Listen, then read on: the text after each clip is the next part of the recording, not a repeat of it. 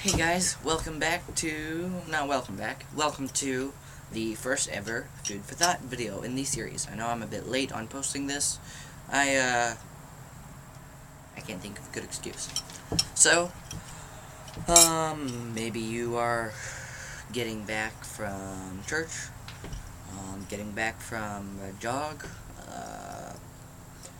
about to end 7 hours of YouTube binge watching. I hope it's not that one. That'd be wonderful. So, moving on. Um, you know what time it is. It's time for Food for Thought. Let's share a simultaneous sip.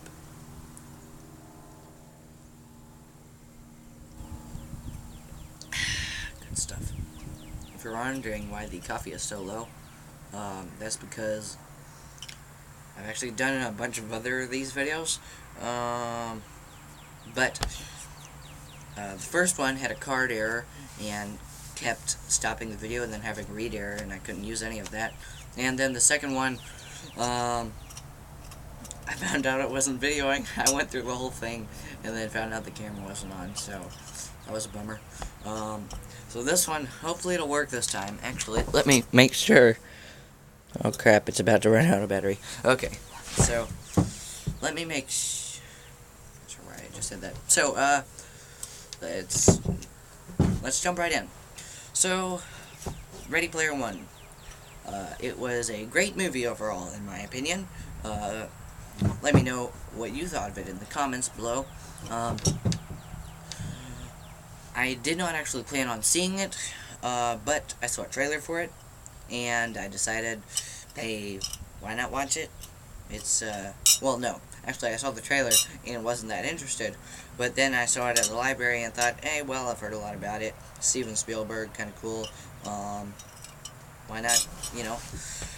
Got nothing to lose. I suppose that could be wrong, but it wasn't, so that's good.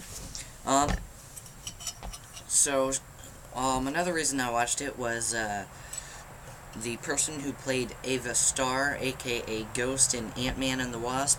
I don't actually know the actor's name. Oh, I'm so ashamed. So, Steven Spielberg, I heard about him personally recommending that actress for the role of Ghost. As I said before, that is a very good compliment if you're not familiar with acting. So, now, going into the movie. We'll start with cons, best for last, tradition. So, really there weren't many cons except a few minor plot holes. I'll do the major one for last. So, the minor plot holes were, Artemis and Parsifal living so close together, although it is possible, it's just the odds aren't that high. The second plot hole would be the High Five actually trusting Artemis when she told them about Z and where to meet her and stuff. You remember H, when he said he, she, not actually sure if it's he or she. Let me know in the comments below if you know. You remember him or her saying she could be a dude, and telling Parsifal not to trust her too much. Now, it really makes sense, because if you think about it, there's already cons on Facebook and all kinds of social media sites. So if there was a big game like that, there'd definitely be some con people there too. So, he probably wouldn't trust her. You can see why. To impress you with my amazing and what some people think is useless nerd geeky powers, we shall quote it exactly.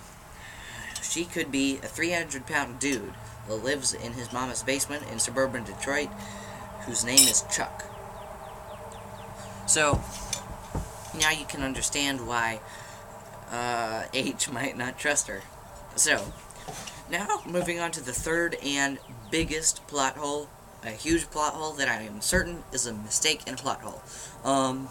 You remember IOI hiring a bunch of geeks to go over Halliday's pop culture references, search for Easter eggs in there, and try and connect them to the game and all that kind of stuff. So, Halliday, the Halliday journals had everything you needed to know in there. And it was really cool. So they looked in there a lot, and probably went over just about everything. So when Parzival found out that you needed to go backwards, my first thought was, why hasn't anybody else figured that out? If you think about it, in real life, somebody definitely, and I mean definitely, would have noticed that by then.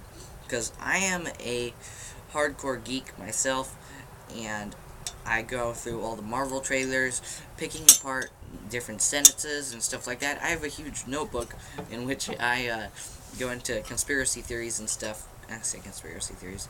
I probably shouldn't word it that way. But I go into all these theories and stuff about why I think this and why this could be this, what a time vortex is. Still haven't figured that one out. I'll probably do a video on the notebook. I might have already done it, actually.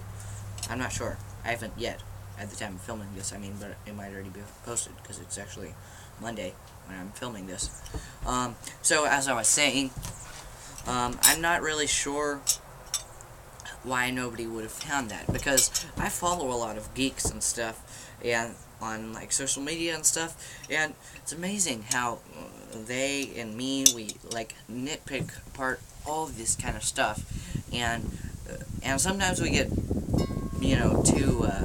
too nitpicky, and end up picking apart something and making a big deal out of something that's not, but, you have to be able to distinguish that. But that sentence is, right in the open, because if you think about it, they have to have it to be understood enough by people who aren't used to making theories and stuff like that, and picking apart sentences and that kind of stuff, and so they have to make it an easy sentence. But you remember, IOI hired a bunch of professional geeks to find this stuff out for them, and they would definitely find that. So I just found that kind of funny, and definitely a plot hole. But overall, it was still an awesome movie. So, moving on to the pros. The biggest and my favorite pro, it's amazing. It's time accurate, because most of the movies set in the future are really, really inaccurate. And I mean, the technology that they have is, so amazing. I mean, we probably wouldn't have that by the time we get there, So, because you think about, RoboCop. I watched that movie a while ago, and really liked the movie, but the robotics were a bit too advanced. Another plot hole in RoboCop. Why does a huge robot, which guns don't move from its head, have lasers? Why? Think about it. Humans have lasers on their guns sometimes because they can move their head without moving their guns. If everywhere they pointed their eyes would be where the gun was pointed, they wouldn't need any sights at all. Their eyes would be their sights. Eyes are really accurate. So that was just a thought, because the cameras and stuff on there and scanners really don't move from the gun, so lasers would be completely pointless. And the cameras, if lasers weren't pointless, could get it confused with just a painted red dot on the wall and say, oh, there's a laser. We need to move it this way. Oh, it's not there yet. So, Okay. As I was saying, back to the movie. But I really liked that, we'll probably actually have all that technology by the time we get there. We pretty much already have it, except for the software things. I'm not sure if they'll actually make a game like that ever. But we definitely could, we already have virtual reality tech, we already have motion sensing body suits, which would be kind of like the X1 boot suit. We don't have anything that somebody could touch it in the game and it would feel like you're being, touched in real life or hit in real life. So we could have something like that probably in the future. That's the technology we don't have. But we do have the motion sensing suits, for CGI animation. They use that a lot to make animated characters' movements more real-like and human-like, so they don't just look, terrible and like a robot. So, and we already have virtual reality goggles, all that kind of stuff. And the main problem with that game would just be the software development, because it's really complicated, really great. The CGI and stuff like that would be really complicated and expensive to do, and the game would probably be very expensive to come out with at first, and maybe it wouldn't take off that much because of all the stuff you'd have to buy. Probably a game console, the virtual reality set, the controls, the gloves. You wouldn't need an X1 boot suit or anything, but and an omnidirectional treadmill, all that kind of stuff, you know. So it probably wouldn't take off at first, but it might. Another pro is just the story. The story was very realistic and time accurate, because if you think about it,